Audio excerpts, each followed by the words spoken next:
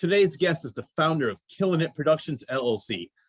His company covers everything from photography, videography, beats, music mixing, mastering, podcasting, and comedians. So without further ado, please welcome Squidz Killinit to the Claw's Corner. Squidz, how are you?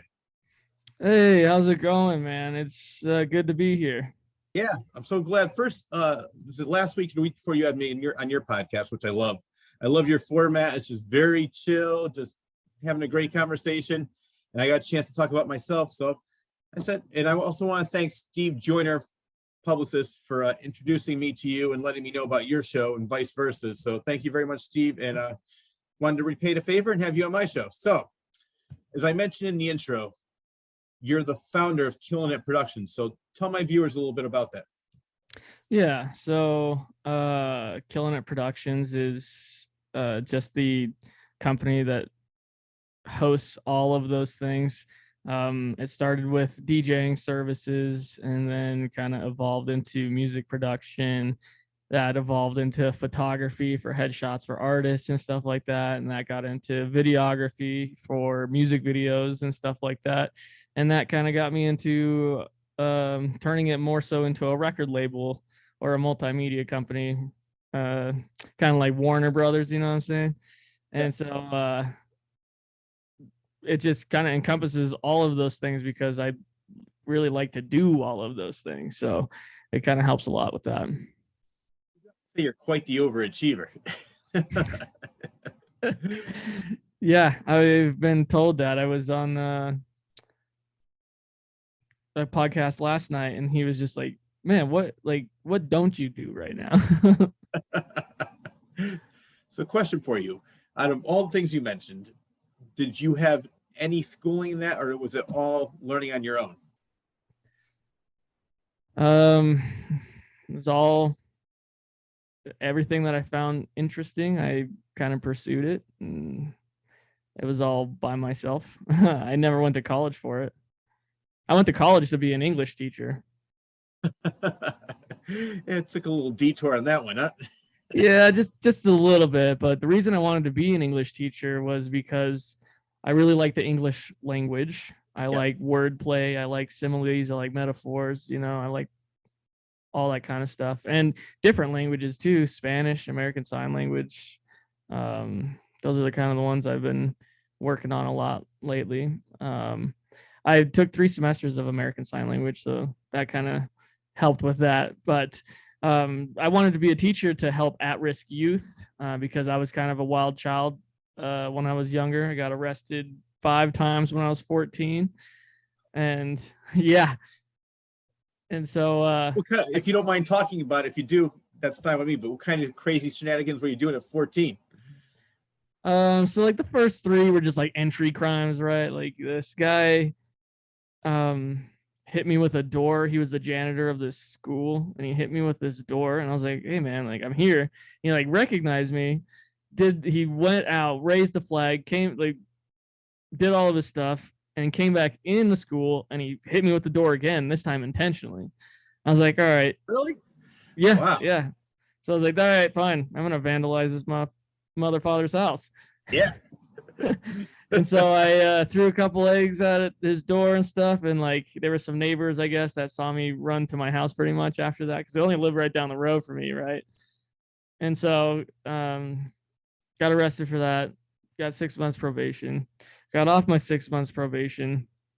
And then I was out past curfew one time. Don't know why like that was a like probation time, but I got 6 months probation for that. So wait, I don't mean to interrupt you, but I want to ask you, because right now you're living in Wyoming. We talked about that on your podcast. Were you living in Wyoming at the time when this was happening? Yes, I was actually in Sinclair, Wyoming. It's just about 120 miles west of where I am now. The reason I'm asking is I guess, you know, it's way out there in the sticks and maybe they're a little bit stricter than some of the like the bigger cities or something like that, like say New York City. I'm sure you wouldn't be arrested for being after curfew there, but in Wyoming maybe it's a little bit stricter. Right, yeah, it's small town stuff, you know, and everybody knows your name, that kind of stuff. And yeah, I got 6 months probation for that. third charge was I threw a Frisbee. Okay, the rec center there was just the basketball court, right? And then another room that had a pool table in it. And in that room, they had a window that looked into the basketball court. Okay. And so at the end of that basketball court, there was a stage. And I was playing Frisbee with this little kid. And I threw the Frisbee from one side of the basketball court. All right.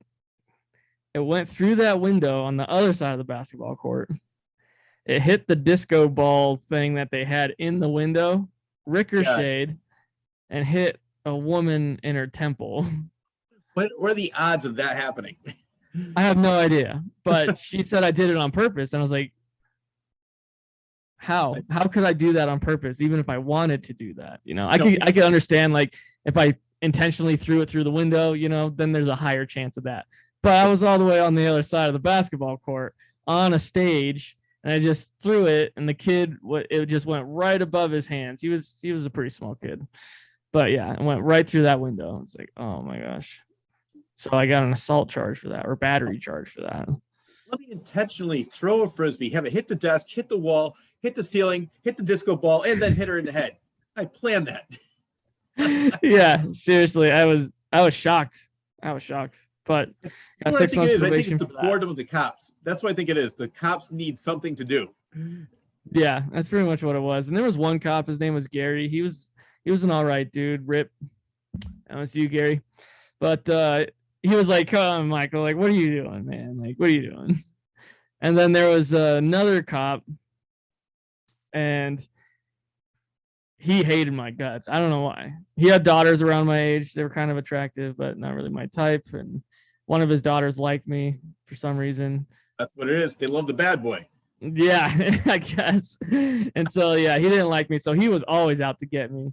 I remember one time we came back from California from visiting my family, because that's where I'm from originally.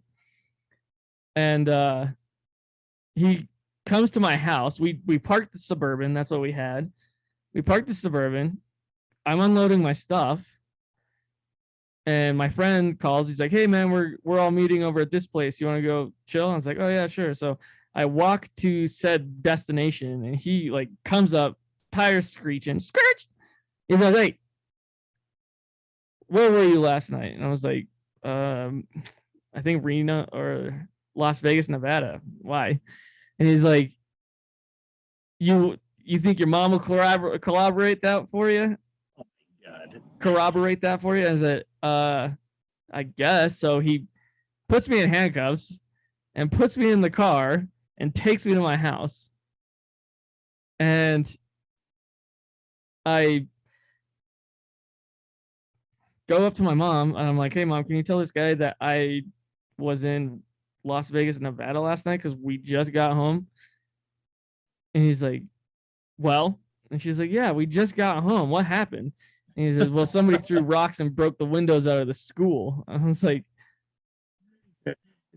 "It's your MO, I could tell. It's gotta be him. It's gotta be Squidz." Yeah. Yeah. So I was like, all right, whatever. And so he didn't charge me for that, obviously, because I had an alibi that time. The fourth time. Oh, wait. Also, there's more. Go ahead. Oh, yeah, there's more. The fourth time I got arrested, I was playing Ditch the Pig, and my friend got caught, and he squealed on me. It's like, bro. The pig squealed. Yeah, the rat squeaked, man. And so got arrested for that. And then the last time I got arrested, which was the craziest time, right? Me and my friend were hanging out in my room, which is a front porch at the time, because my parents got a 2-bedroom house for 3 kids and 2 adults. So I lived on the front porch. And my friend's like, "Hey, we should go out and do something. You're always talking about these things that you do at night over here, and like I want to experience that." And I was like, man, like I just want to chill tonight, talk to some girls on the internet, because that was back in the chat days, MSN Messenger and all those good stuff, right? And he was like, no, man, like we should. And it was like midnight. And I was like, fine, let's, like, what do you want to do? And he's like, I don't know, what is there to do? And I was like, well, this guy's been a dick to me for some time now, so I'm gonna go over here and burgle his house. So I broke into his house, stole some stuff, found his mom's adult entertainment devices, and I turned them on and I put them underneath his pillow. So when they came home, it was like, you know, there and present. And so part of the things that we did, we grabbed paintballs. And so we're just walking down the street and we don't have a paintball gun. So I'm just hucking these at like cars and trees and houses and whatever, right? Just paintballing everything. It's being destructive. I want to party with you. $1,000, like $10,000 in damage or more. Oh my God. Yeah. So you were, all these times you were still at age 14. Yep. Yep. You know what? Right now, if you were age 14 and all of this happened to you, it would be a bit much different story, because now everybody would be filming it and all they'd see is a cop harassing a 14-year-old kid, and then the cop would look like the asshole.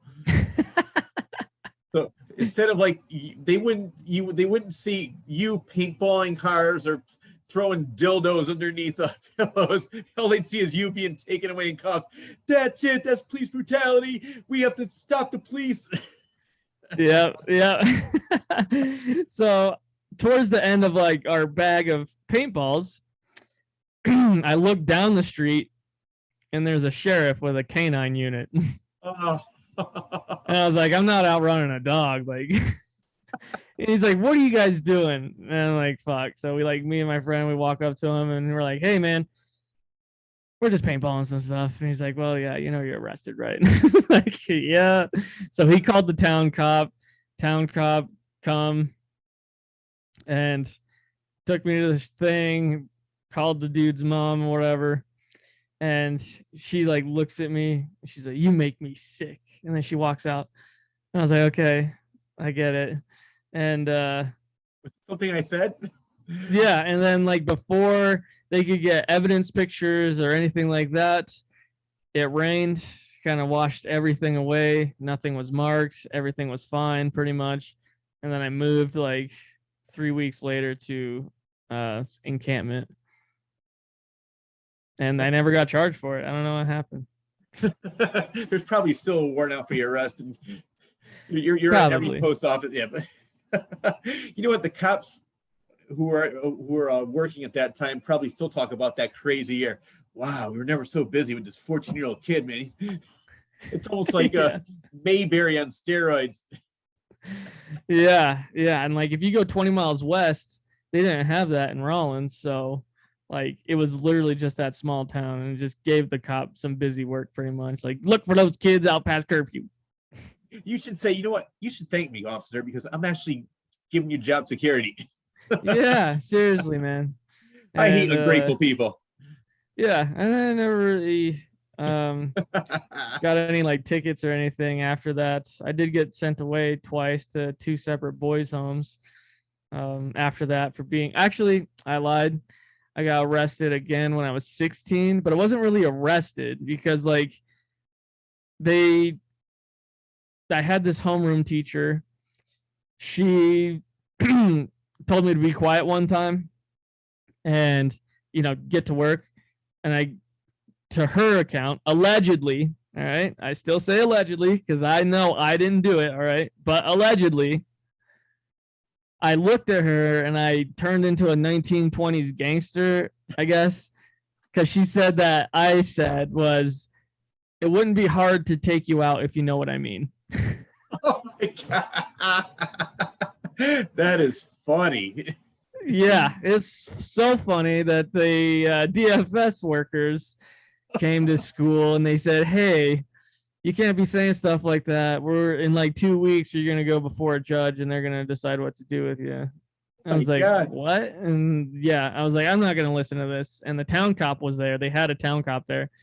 And he was a different town cop. His name was Dangle. We called him Dangle because he looked like Dangle from Reno 911. And I get up out of my chair. I was like, I'm not going to listen to this. And he grabs me by the shoulder and he sets me back down. He's like, yeah, you are. And I was like, all right. So every time she said a word, I would just yell as loud as I could.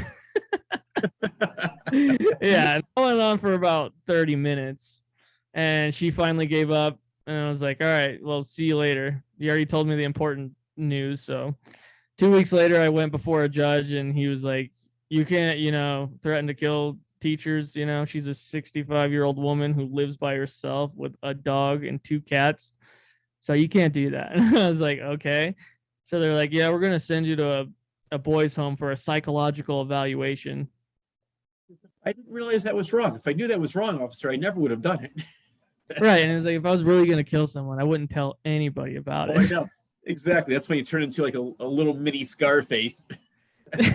Right. And so I get sent to Warland, which is like the second worst kid jail in the nation. And they messed up my paperwork. So I was supposed to go to a place in Cheyenne, which is our state capital.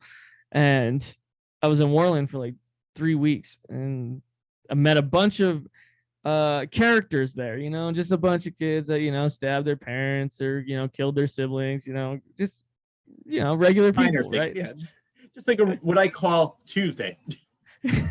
Yeah. And so everybody's like, yeah, I totally did all these drugs and, sold these things and killed these people. So what did you do? And I was like, I'm just an asshole, I guess. I yelled really loud when the teacher was trying to talk. Yeah. And stay away from him. He's crazy. He's out of control. Don't want to mess with this guy. And so they figured out that they had sent me to the wrong place once I actually read my paperwork and sent me to the place in Cheyenne. And I was there for like 4 months, 5 months, and did a psychological evaluation. And they were like, there's nothing wrong with this kid. He's just an asshole. And then I went back to school, graduated, moved to Laramie. History. Yeah. After it's almost like One Flew Over the Cuckoo's Nest. You just come out after they do the lobotomy on you. I'm fine. Yeah. I'll never do it again. Yeah. So then moved to Laramie, went to college, started producing dubstep music because that's what I was like. I heard it and I was like, I could definitely make that because I played trumpet for 9 years in elementary school through middle school. And I was like, I could totally do that. I've always been enthralled with music.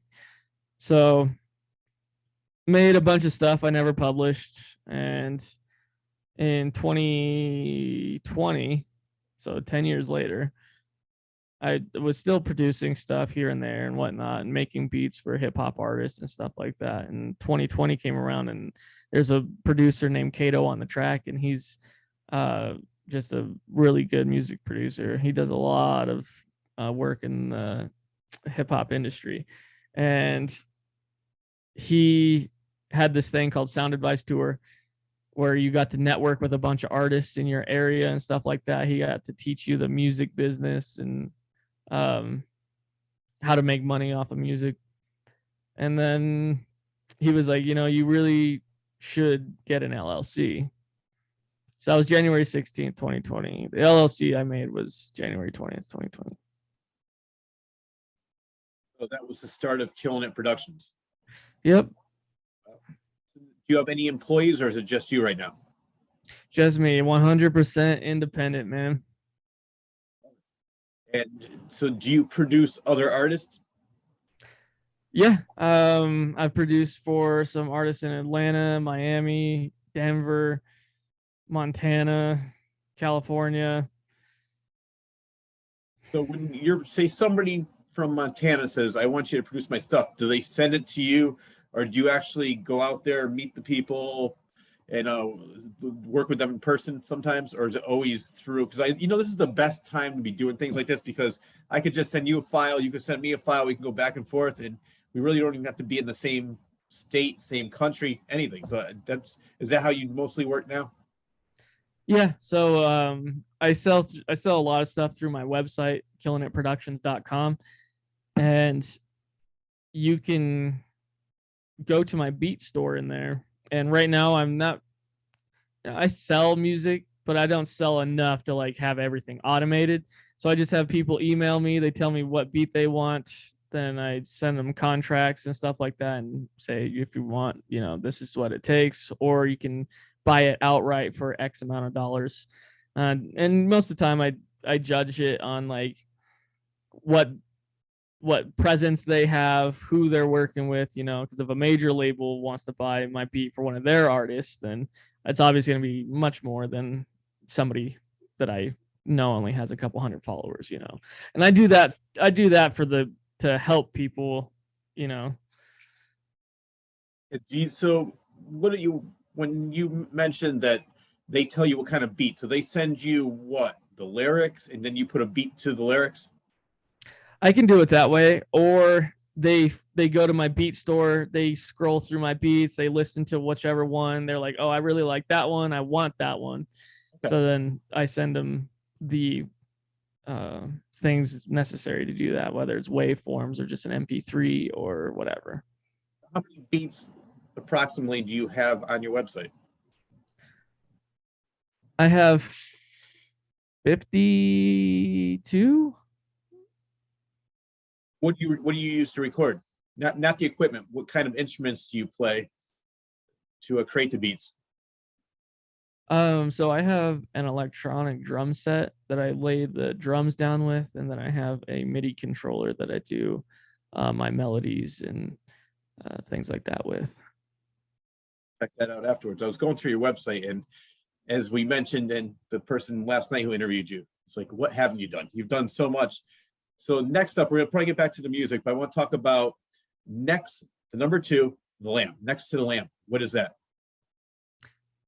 So Next to the Lamp is a podcast I started because me and my friend would get really drunk at his house and we'd talk about crazy things about the universe, string theory, physics, like a bunch of stuff, man, because I'm also interested in all that stuff.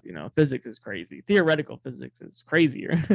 Right? And so we would just talk about all this stuff, and then around this time I started a job at a company where I was just sitting at a desk and I didn't have anything else to do but listen to podcasts and pass the day, and I was like, man, this would be like a really good podcast. Like, there's a lot of people that are making money off podcasts and stuff like that. So that's, just another source of income for the company pretty much. And he was like, no, like, what do we call it or whatever? And he had 2 chairs, kind of like I got here, but they were next to each other. And there was a nightstand in the middle. And it had this lamp on it. It was a brass lamp from like the 60s or something. And the lampshade was decrepit. It was busted. Like, it was horrible. But for the comedian side of me was like, dude, we need to make this thing the center of the show because that would make it hilarious. Like just these 2 guys talking about crazy stuff next to this busted ass lamp. I love that subject, and I have a question for you. What's your opinion on quantum physics?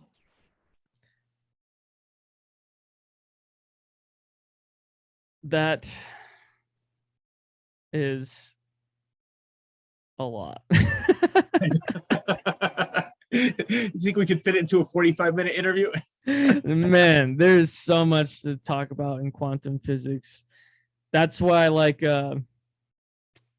Brian Greene's book, Fabric of the Cosmos, because he says everything as scientific as possible. And you're lost. You're like, what in the hell did this guy just say? And then he puts it in like the most simplistic way possible. And you're like, oh, that makes sense. What's funny, because I'm sure you know the movie Donnie Darko with Jake Gyllenhaal. So in the movie, they're talking about quantum physics and wormholes and different things like that. And they kept on mentioning Stephen Hawking. I said, really? So I checked out Stephen Hawking's books, and he really believes all about quantum physics, wormholes, and different things like that. And it was funny what you said, because the book that I read, he said his students told him that it was way over everybody's head and make it simple. I read the simple version, and I'm still saying, what the hell is this guy talking about? And he doesn't come across as condescending or trying to prove how smart he is.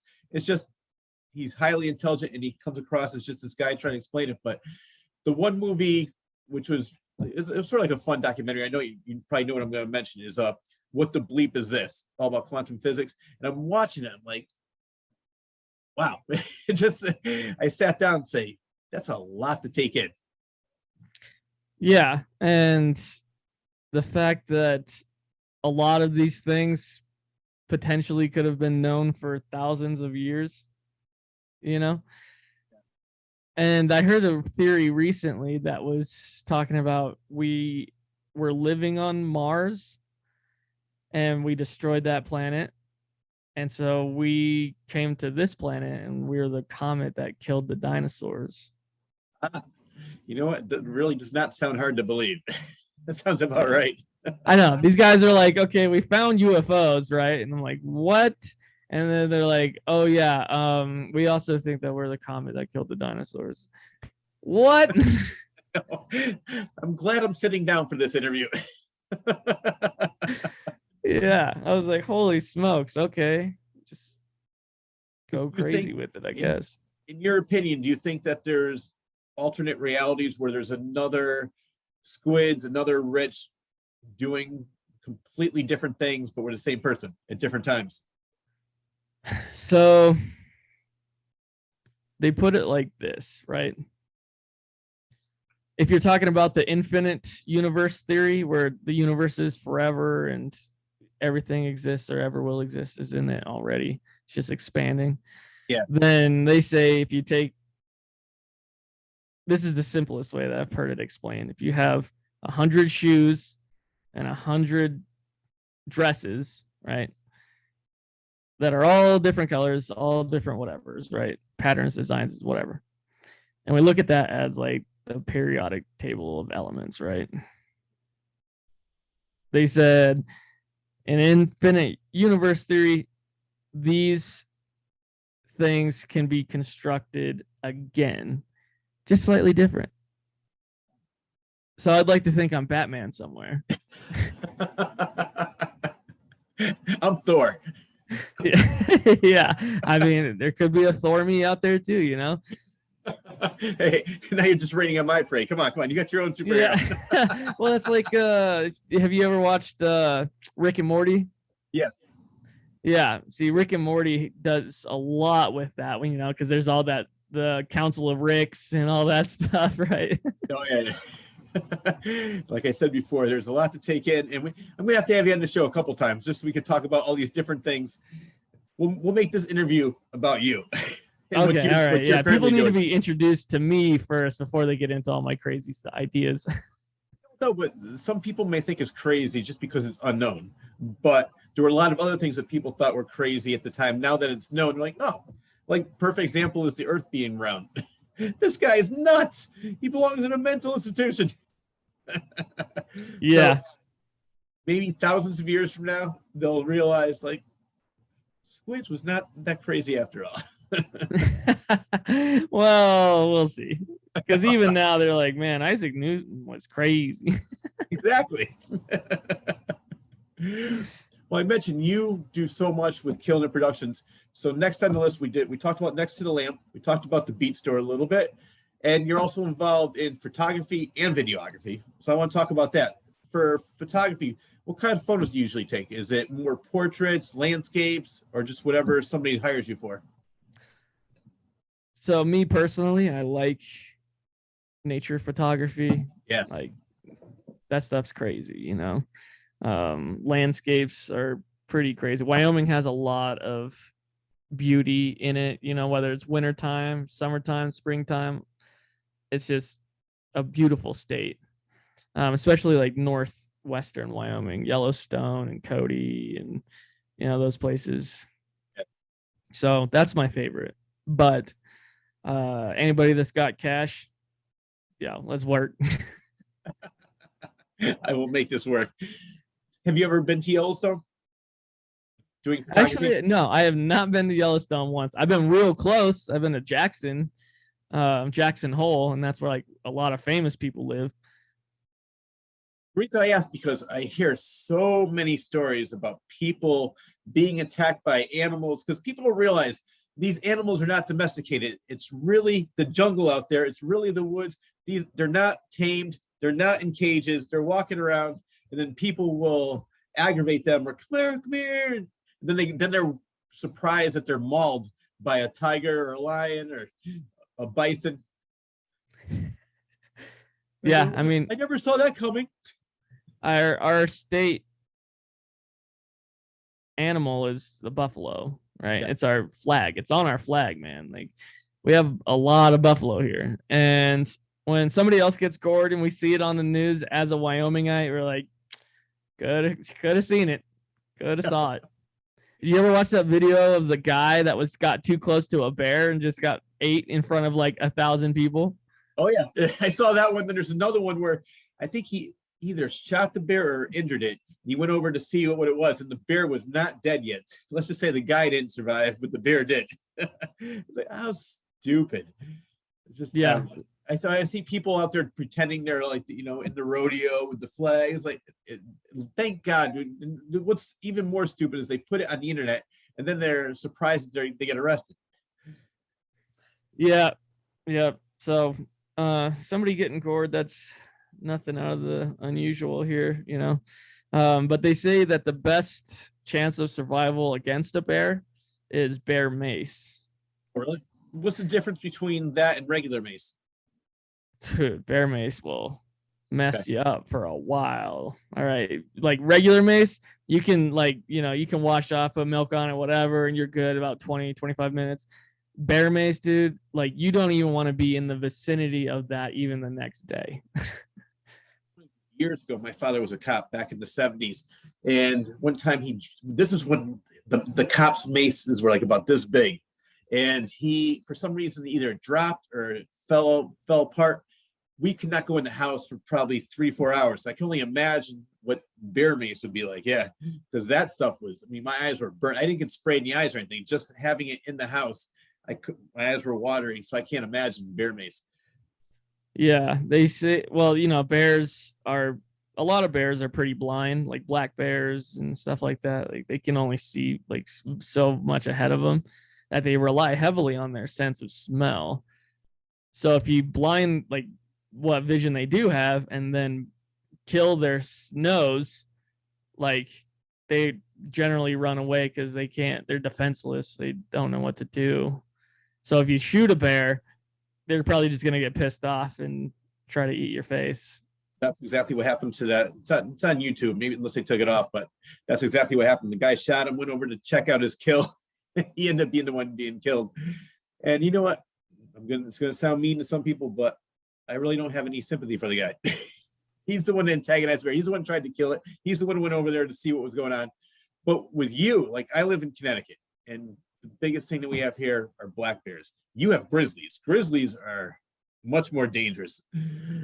Yeah, northwestern Wyoming's grizzlies, but generally where I'm at, it's the little black bears. There have been a few grizzlies here and there, but not like anything too serious. Wolves actually have been in our area a lot more than what they have been, because the wolves that they reintroduced were actually not native, and now they're kind of running rampant. So do they bring in animals to Yellowstone from other places, or is just Wyoming in general? Well, I think it was southern Montana where these things are native, and yeah, they just kind of went south and continued going south. So speaking of this, because you like nature photography, did you ever have a chance to photograph any of these wolves, bears, any other kind of wildlife? No, I haven't really ran into any of them. I've seen and anytime I have, they've seen me and just ran the hell away. So then it's like I don't really get to be in nature as often as I want, just weekends here and there.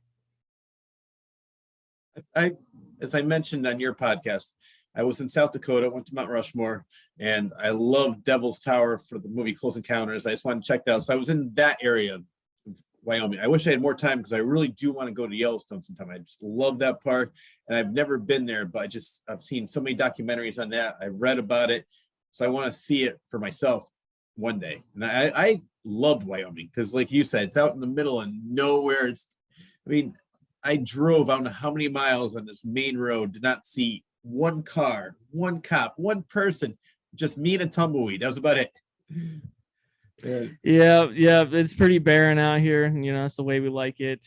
Except Yeah. during hunting season, man. A lot of out of staters. Like I didn't even draw this year. Like I didn't get elk, I didn't get deer, I didn't get antelope, I didn't get nothing. So I have to do general for all of it. And so got to be taking some time off of work to feed the boy. You know what I'm saying?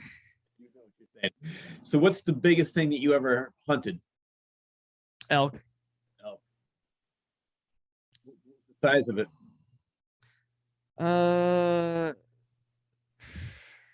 Depends on what you get, because a cow can sometimes be bigger than a bull, but generally they're not. Bull is, king of the forest around here.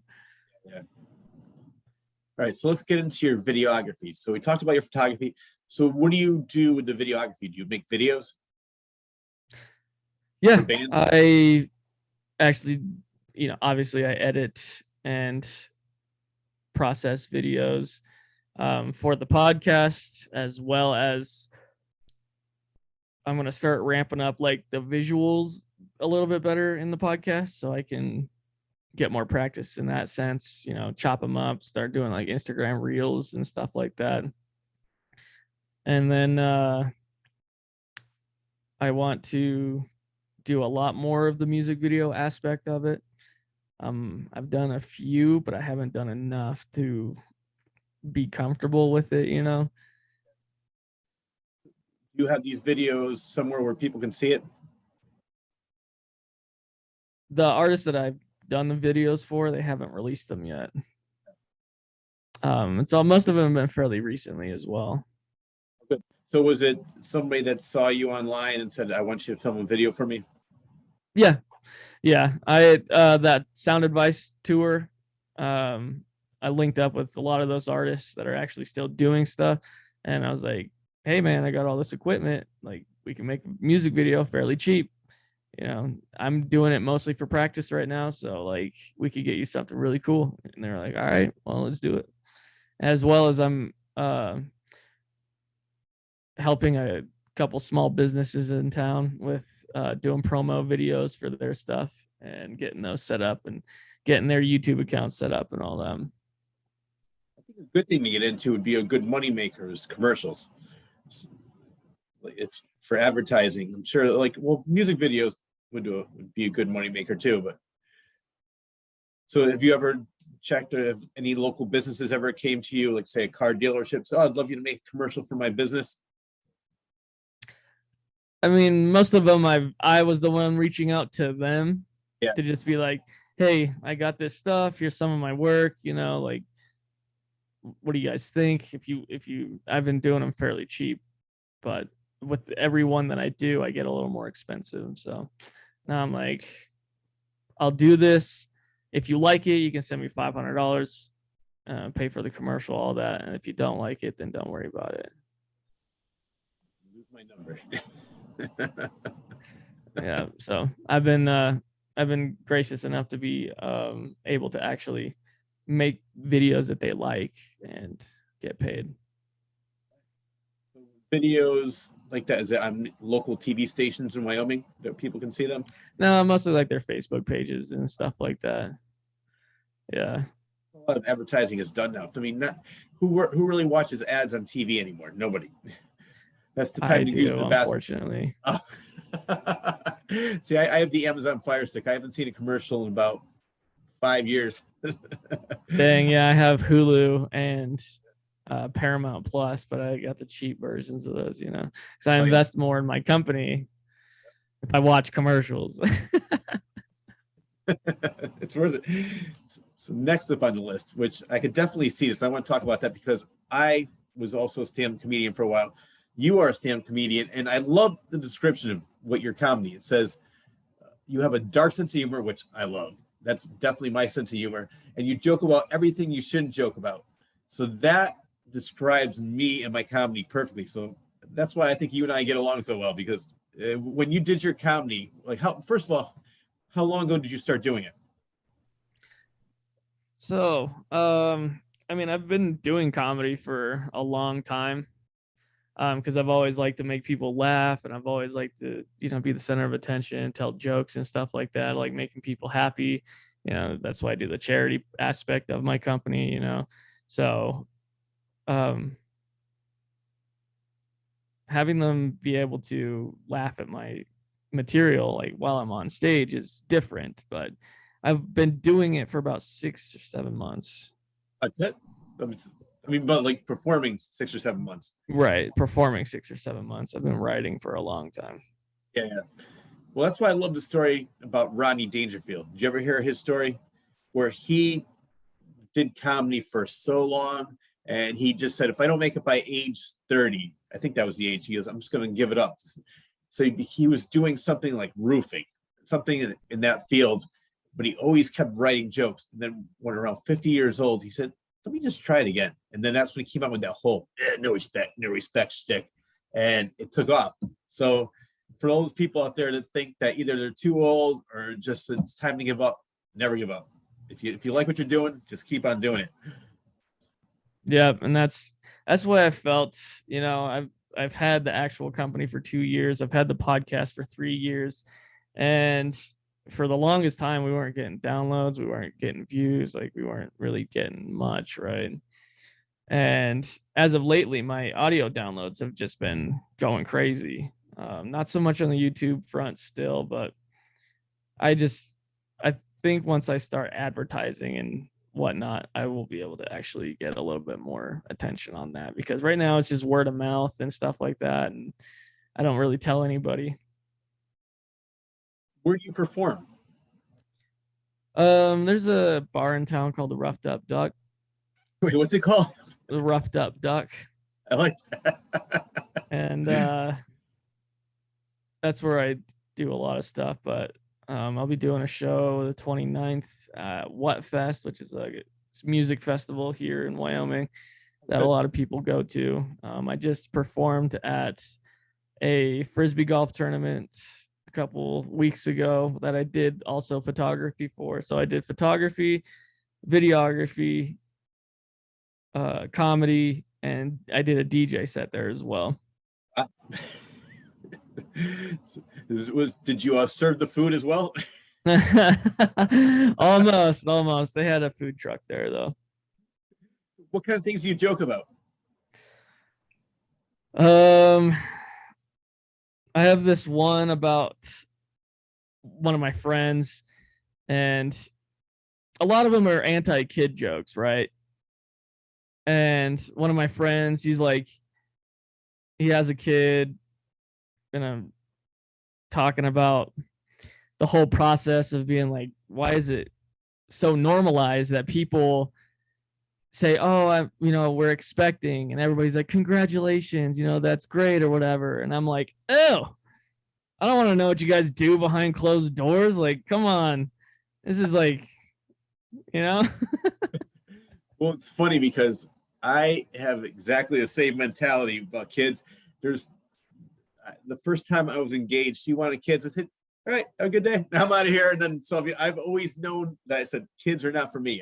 Everybody used to always tell me, oh, you're just being selfish. Yeah. I don't want to have to suffer. I want to just get up and say, I feel like going to Boston today. I feel like going to Wyoming. I feel like going to South Dakota. And I could do that. So but it's funny because my sense of humor is sort of like that. For me, my sense of humor was because I have cerebral palsy. And I started joking about daily things that were going on. And just the problem is that it gets old so quickly, especially the way news is now. And then I started joking more about myself. I love self-deprecating humor. But the problem was at first was that the worst reaction I had was, oh, I was like, no, I'm not a motivational speaker. I'm a stand-up comedian. So then I started turning it into how much I love having cerebral palsy and why I love it. So I turned it into a positive. And then that's when it really caught on with me, because everybody's like not feeling sorry for me. They're like, this guy is sick and twisted. I said, yeah, that's what I want. Yeah, I'm messed up in the head, boy. The funniest thing was I had this guy, well, actually, my mother lives in Cape Cod. My brother lives not too far. So they both came to, I ran a show in Connecticut, and my mother showed up. My brother was there. So I was talking to him in the lobby, and this drunk guy comes up. are you really handicapped? And my friend who was there, it's not, he's just fucking with you. And like, if you were handicapped, you'd be the funniest fucker here. And you stumbled away. I said, oh my God, he thinks I'm faking it. So several times I've had people do that. They're like, is he really handicapped? And all the comedians are like, no, he just does it for, they're like, wow, if he did that, he'd be the funniest guy here. He goes, then what? No, I knew what happened. Another time, this is what happened with my mother. They're like, you're the funniest cripple I ever met. And I said, Mom, aren't you proud? She goes, yep, that's my son. But sometimes I've gotten, you know, it was great. I did a show. You're gonna laugh at this one, because I go to the horror conventions, Chiller in New Jersey. It's called Chiller Convention, where you meet all those different celebrities. And I met somebody from, I can't remember the name of the show, but he was I think they called him the Seal because he had these really short hands and he had like 3 fingers. Anyway, so he's a big actor, and I guess he plays in the show. I'll remember it later. But he said, I'm doing this thing called Crypt Fest. It's a worldwide thing. I'd love to have you a part of it. So I did it. And there was a woman named Cerebral Pussy. So I was talking about what I'd be doing to her with my 3 fingers. Next thing you know, I mean, at the end of the show, he goes, I don't condone censorship, but you're disgusting. I'll never have you on one of my shows again. I was like, that was probably the best compliment I ever got. I mean, the things that he was doing on stage were way worse. I mean, his wife was pretending to give him a blowjob on stage, but that was okay. Me talking about what I was going to do, that was outrageous. So it was funny. I've had different experiences like that. Some people love it, other people don't. That's what, and I want your opinion on this, because that's what I love about people would say, maybe you should become more generic so you can have a bigger audience. No, I'd rather have diehard audience that either loves me or hates me. I think the worst thing that could ever happen to a comedian is, hey, what'd you think of Squidz? Who? I'd rather have them hate me, at least they know who I am, or love me and say, that guy's hilarious, instead of like, I think he was okay. I really don't remember any of his jokes. What's your opinion?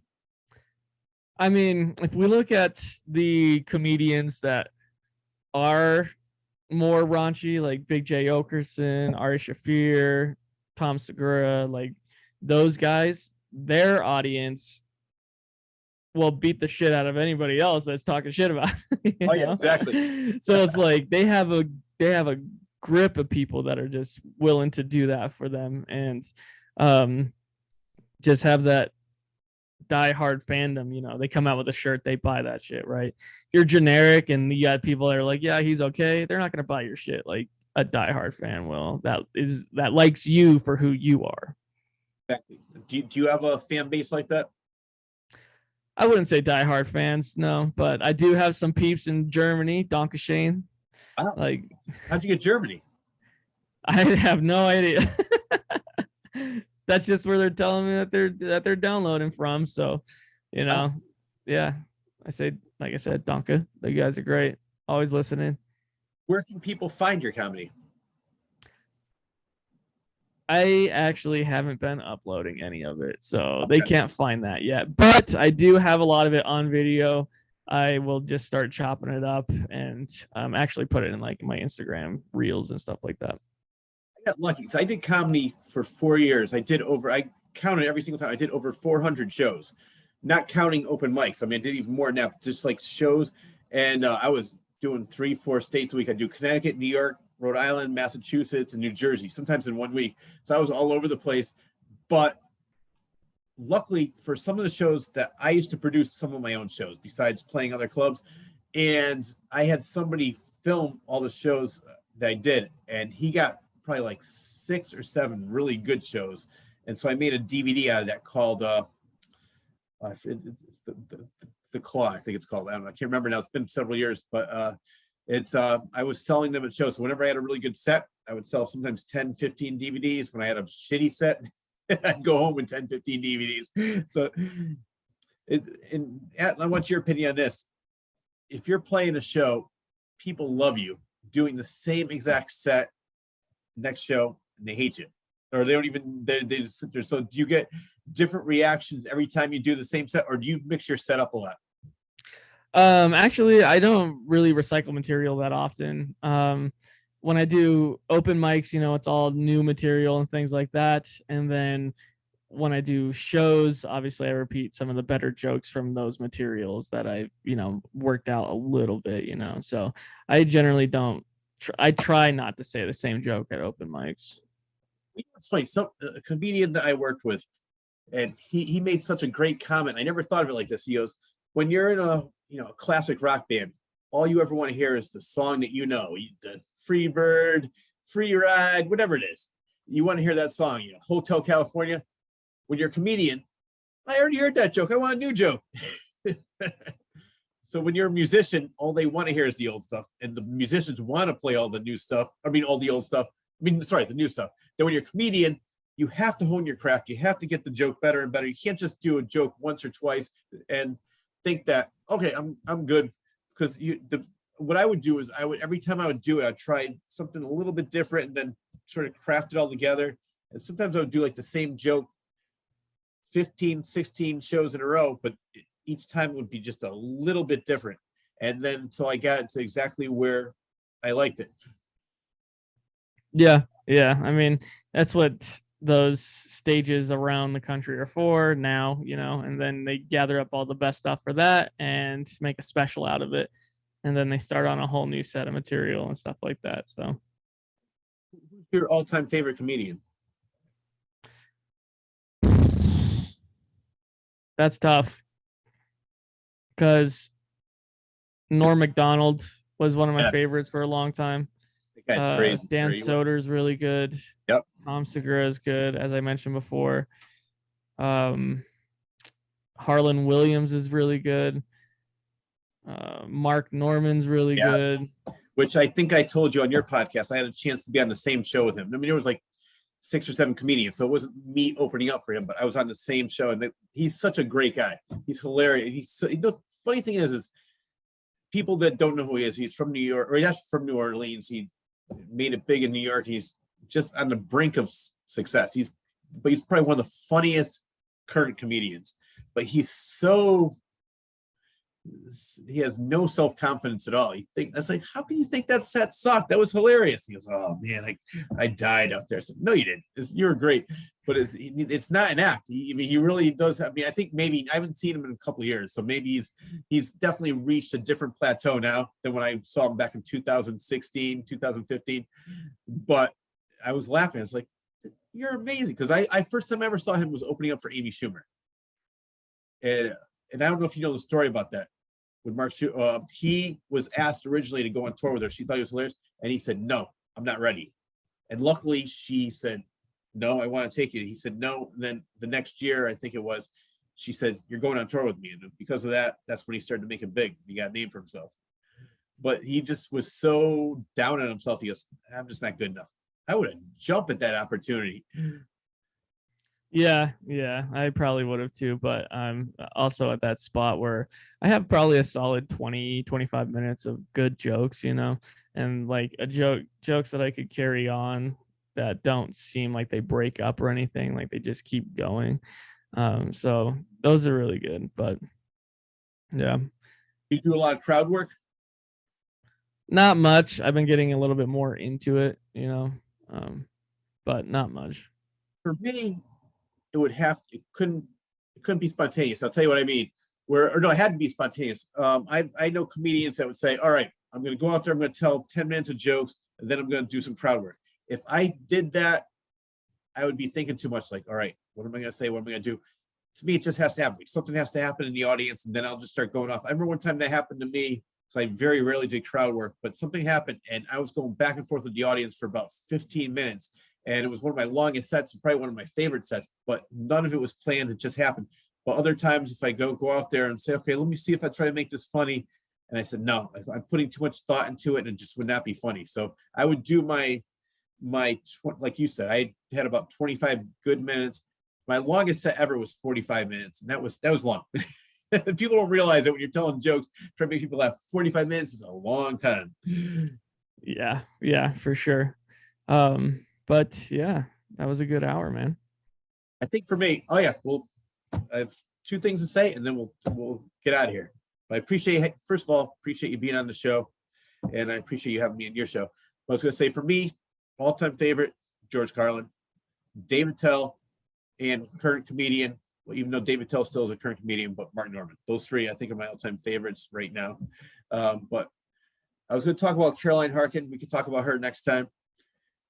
What I want to talk about is do a little promotion for yourself. Is what's next and where can people find you? Yeah, so thank you guys for listening to me and my story, even though it was kind of ridiculously crazy at the beginning, with my arrests and whatnot. But I've learned from all those experiences, and now I'm pretty much focused on helping my community with my company and help, trying to get people to realize their full potential, because it's a short life, man. And I know I'm 31. I haven't lived a lot, but I've seen and done a lot of things in that short 31 years, and I've learned a lot. And mostly don't waste time on people that don't deserve it, and do what you like to do, and eventually you'll be happy if you're not happy already. You can find me at Squidz Killinit. You type Squidz Killinit into Google, SQUIDZ space KILLINIT, and I'm the only thing that pops up. That's what's so great about an original name, is that I'm the only one that pops up, Squidz Killinit.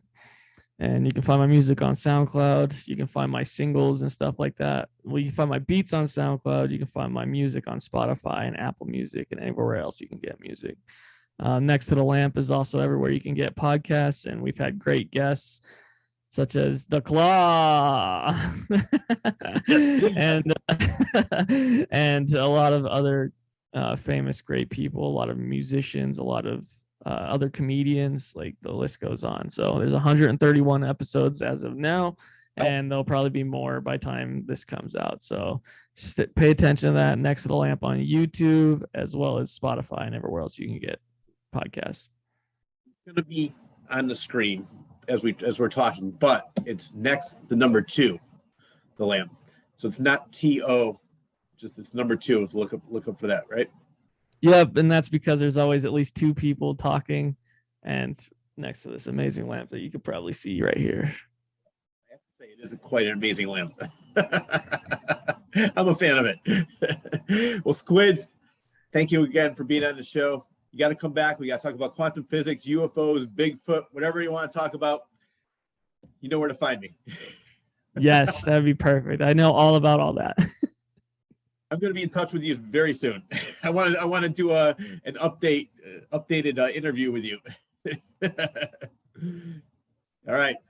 That wraps up the latest episode of the Claw's Corner. I would like to thank my guest, podcaster, comedian, photographer, videographer, musician, and producer, Squidz Killinit, for taking time out of his busy schedule and being on the show. A huge thanks also goes to John Bristol of Elmwood Productions for always doing a superb job editing the show and making it available to all. Lastly, but definitely not least, I need to thank you, the viewer, for always tuning in. Enjoy your day, everyone.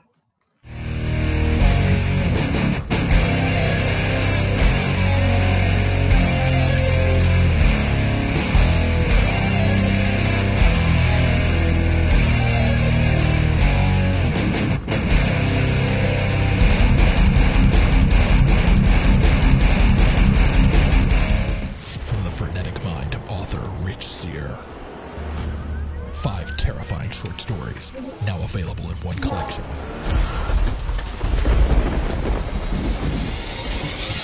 Confessions of a Frenetic Mind. 5 tales of blood-curdling terror, available on Amazon and Barnes & Noble.